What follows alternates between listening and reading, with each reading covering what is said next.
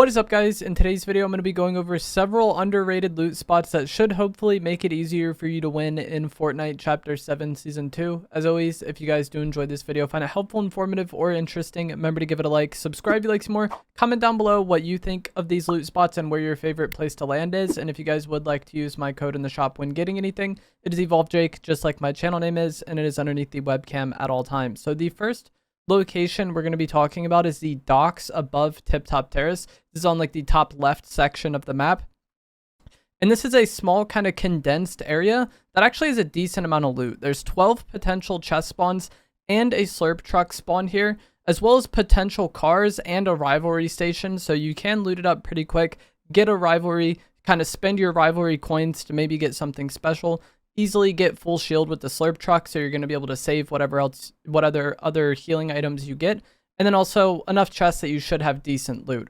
There also is potential for the Dark Voyager to spawn here, and this boss is really nice to get this season because the Mythic Chaos Reloader shotgun actually has 2 shells in it. So one of the main downsides of this Chaos shotgun is only having 1 shot, right? But the Mythic has 2, and it is busted, so the boss has a chance to spawn here.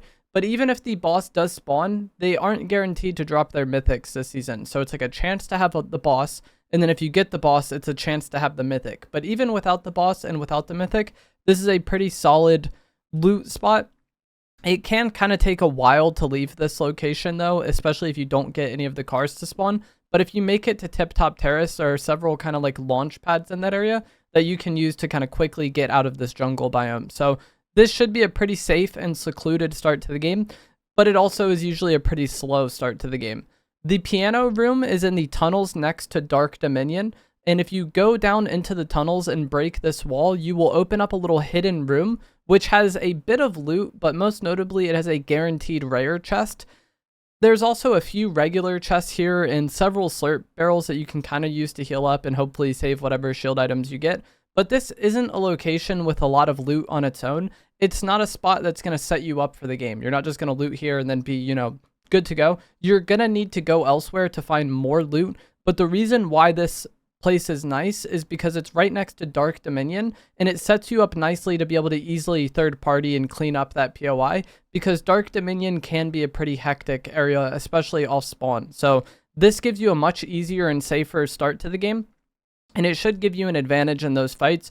You can just kind of quickly pull up on people who have probably had a more scuffed start to the game, clean up that area, get access to a lot of that loot without having to go through and pick everything, because you basically have those players loot it for you. And then Dark Dominion itself has vending machines and rivalry station as well, which again, you're going to be able to use to get a rivalry and spend your rivalry coins to top off on whatever loot that you're missing. Like you can buy high rarity and exotic weapons at the rivalry station. You can upgrade your weapons at the rivalry station. So they're a nice kind of supplement to maybe having a little bit less loot. But like I said, your kind of game plan with this piano room, I think, should be to land here, loot up as fast as you can, and then try to get to Dark Dominion and clean that place up.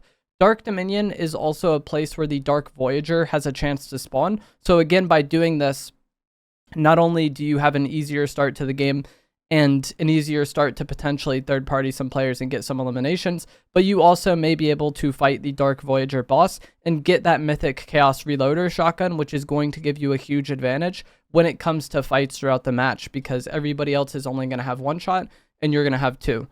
The ramp jump in the desert was a loot spot that you could take advantage of in Season 1, but I think in Season 2 it actually got a bit better. There is a Durburger restaurant nearby in the desert, which pretty much always has a car. And so you could kind of land just straight on the car and take it to the jump for guaranteed high rarity loot. And when you do this jump, you have a chance to get the Mythic Nemesis AR. So it's not guaranteed that you get the Mythic from here. It's just a chance to get it. But either way, you're going to get high rarity items and typically like multiple healing items as well. So just getting the car and rushing the ramp jump can actually be like a pretty decent start to the game, surprisingly.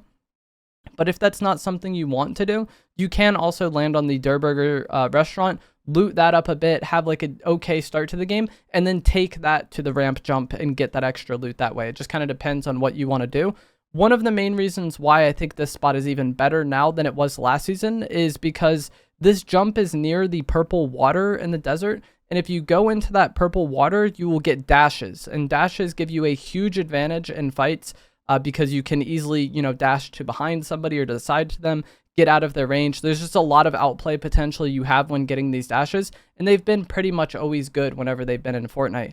This season, I think they're even better just because they're not very frequent. So you're going to catch a lot of players off guard when you have these dashes and they don't. So anytime you're kind of in the desert area, I would highly recommend trying to get these dashes. Like I said, they're always good, but since they're so uncommon this season, I feel like you catch people more off guard than you would in the past. So the ramp jump being a quick and easy start to the game into the purple water is nice, but another thing that makes this purple water really good is that it has a 0-point shard. And if you jump into any of these 0-point shards in Season 2, it rifts you into the sky, and then so you can use that to kind of land and go wherever you want.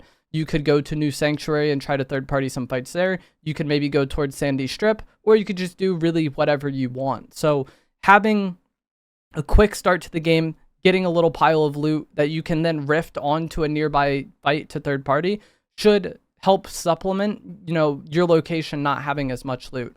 And there also is another low-key spot that's going to make it easy for you to get this purple water, and that is going to be the islands on the bottom right of the map. Here at this island, there's 10 potential chests that you can quickly loot up, and there's also a launch pad that you can use to get over towards that purple water area.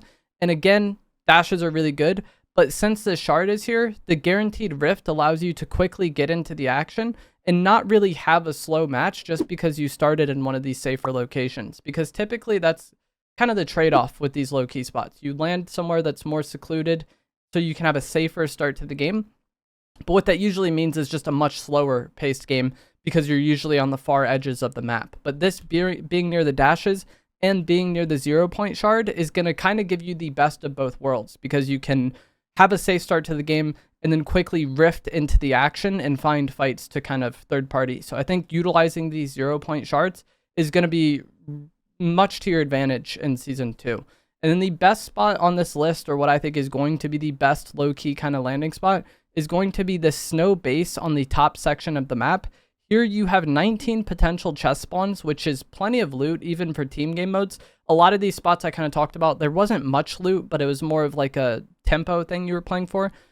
Here, there's just plenty of loot. You probably will have a decent loadout after looting this, but there is also docks at the bottom, which you could kind of split drop to. If you're playing like squads or trios, you could have one person drop at the bottom, and some people drop at the top to kind of like share loot and loot up that entire region really quickly.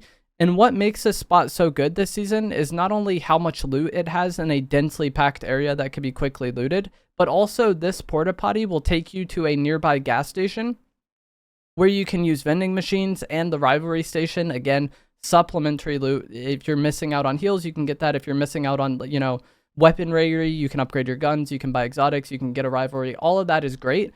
But also, this gas station is near one of those 0-point shards. So this is another situation where you're landing somewhere that's kind of out in the middle of the nowhere, right? So you're probably going to have a safer, slow game. But in actuality, it doesn't need to be, because you can quickly loot this little base up, take the porta potty to the gas station, and then from the gas station, you can go to the 0-point shard, and then from there, you can rift onto pretty much anything you want. You could go towards the Dark Dominion and then rift again because there's a 0-point shard at Dark Dominion, or you can maybe just land on a nearby fight if you hear any happening, and you probably will hear some fights happening at Frigid Fortress because this is typically a pretty chaotic POI.